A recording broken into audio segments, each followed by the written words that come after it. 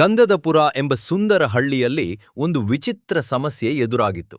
ಹಳ್ಳಿಯ ಪಕ್ಕದ ಬೆಟ್ಟದ ಮೇಲೆ ಒಂದು ಹಳೆಯ ಕೋಟೆ ಇತ್ತು. ಆ ಕೋಟೆಯ ಒಳಗಿಂದ ಪ್ರತಿ ರಾತ್ರಿ ವಿಚಿತ್ರವಾದ ಅಳುವ ಧ್ವನಿ ಕೇಳಿಸುತ್ತಿತ್ತು. ಯಾರೂ ಅಲ್ಲಿಗೆ ಹೋಗುವ ಧೈರ್ಯ ಮಾಡುತ್ತಿರಲಿಲ್ಲ. ಹಳ್ಳಿಯ ಹಿರಿಯರು ಹೇಳಿದರು, ಯಾರು ಆ ಕೋಟೆಯ ರಹಸ್ಯವನ್ನು ಕಂಡು ಹಿಡಿಯುತ್ತಾರೋ ಅವರಿಗೆ ಹಳ್ಳಿಯ ರಕ್ಷಕ ಎಂಬ ಗೌರವ ಸಿಗುತ್ತದೆ. ಆರ್ಯನ್ಗೆ ಅಲ್ಲಿಗೆ ಹೋಗಬೇಕೆಂಬ ಆಸೆಯಿತ್ತು. ಆದರೆ ಅವನಿಗೆ ತನ್ನ ಶಕ್ತಿಯ ಬಗ್ಗೆ ಅನುಮಾನವಿತ್ತು. ಅವನು ತನ್ನ ಗುರುಗಳ ಬಳಿ ಹೋದನು. ಗುರುಗಳೇ, ನನಗೆ ಆ ಕೋಟೆಗೆ ಹೋಗಬೇಕು ಎಂಬ ಆಸೆಯಿದೆ. ಆದರೆ ನನಗೆ ತುಂಬಾ ಹೆದರಿಕೆ ಆಗುತ್ತಿದೆ. ನಾನು ಅಲ್ಲಿಗೆ ಹೋಗಲು ಸಾಧ್ಯವೇ? ಆರ್ಯನ್ ಕನ್ನಡಿಯನ್ನು ಹಿಡಿದು ಬೆಟ್ಟದ ಕಡೆಗೆ ಹೆಜ್ಜೆ ಹಾಕಿದನು. ದಟ್ಟವಾದ ಕಾಡು, ಈ ಮಾಯಾವಿ ಗೂಬೆಗಳ ಕನ್ನಡಿಯನ್ನು ಆರ್ಭಟ ನಿನ್ನ ಜೊತೆ ಮತ್ತು ತೆಗೆದುಕೊಂಡು ತಣ್ಣನೆಯ ಹೋಗು. ಗಾಳಿ ಇದು ನಿನಗೆ ದಾರಿ ಅವನನ್ನು ತೋರಿಸುತ್ತದೆ. ಸ್ವಾಗತಿಸಿದವು. ಕೋಟೆಯ ಬಾಗಿಲು ತಾನಾಗಿಯೇ ತೆರೆದುಕೊಂಡಿತು. ಒಳಗೆ ಹೋದಂತೆಲ್ಲ ಗಾಳಿ ಜೋರಾಗಿ ಬೀಸತೊಡಗಿತು. ಕೋಟೆಯ ಮಧ್ಯಭಾಗದಲ್ಲಿ ಒಂದು ದೊಡ್ಡ ಹಾಲಿತ್ತು. ಅಲ್ಲಿ ಕತ್ತಲೆ ಆವರಿಸಿತ್ತು. ಇದ್ದಕ್ಕಿದ್ದಂತೆ ಒಂದು ಗಂಭೀರವಾದ ಧ್ವನಿ ಕೇಳಿಸಿತು. ಆರ್ಯನ್, ನೀನು ಇಲ್ಲಿಗೆ ಯಾಕೆ ಬಂದೆ?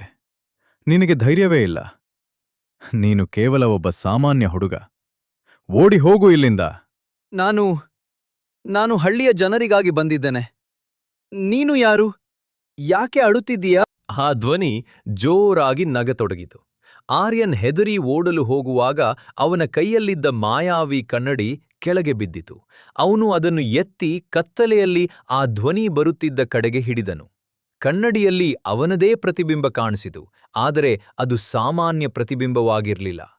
ಕನ್ನಡಿಯೊಳಗಿನ ಆರ್ಯನ್ ಬಹಳ ಧೈರ್ಯಶಾಲಿಯಾಗಿ ತೇಜಸ್ಸಿನಿಂದ ಕಾಣುತ್ತಿದ್ದನು. ಕನ್ನಡಿಯು ಮಾತನಾಡತೊಡಗಿತು.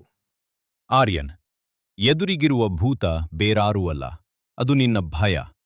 ನೀನು ಹೆದರಿದಷ್ಟು ಅದು ಬೆಳೆಯುತ್ತದೆ. ನೀನು ಧೈರ್ಯದಿಂದ ಕಣ್ಣು ಬಿಟ್ಟು ನೋಡಿದ್ರೆ ಅಲ್ಲಿ ಏನೂ ಇಲ್ಲ. ಆರ್ಯನ್ಗೆ ಸತ್ಯದ ಅರಿವಾಯಿತು. ಅವನು ಕಣ್ಣು ಮುಚ್ಚಿ ದೀರ್ಘವಾಗಿ ಉಸಿರಾಡಿದನು. ನಾನು ಹೆದರುವುದಿಲ್ಲ ಎಂದು ಜೋರಾಗಿ ಕೂಗಿದನು. ತಕ್ಷಣವೇ ಕೋಟೆಯಲ್ಲಿದ್ದ ಕತ್ತಲೆ ಮಾಯವಾಯಿತು. ಅಲ್ಲಿ ಯಾವುದೇ ಭೂತವಿರಲಿಲ್ಲ. ಕೇವಲ ಒಂದು ಹಳೆಯ ಕಿಟಕಿ ಗಾಳಿಗೆ ಬಡಿದುಕೊಳ್ಳುತ್ತಾ ಅಳುವಂತಹ ಶಬ್ದ ಮಾಡುತ್ತಿತ್ತು. ಆ ಕಿಟಕಿಯ ಪಕ್ಕದಲ್ಲಿ ಬೆಲೆಬಾಳುವ ಹಳೆಯ ಗ್ರಂಥಗಳು ಮತ್ತು ನಾಣ್ಯಗಳಿದ್ದವು. ಆ ಕಿಟಕಿ ಸರಿಯಾಗಿ ಮುಚ್ಚದ ಕಾರಣ ಹಳ್ಳಿಯ ಜನರಿಗೆ ಅದು ಭೂತದಂತೆ ಕೇಳಿಸುತ್ತಿತ್ತು. ಇಷ್ಟೇನಾ?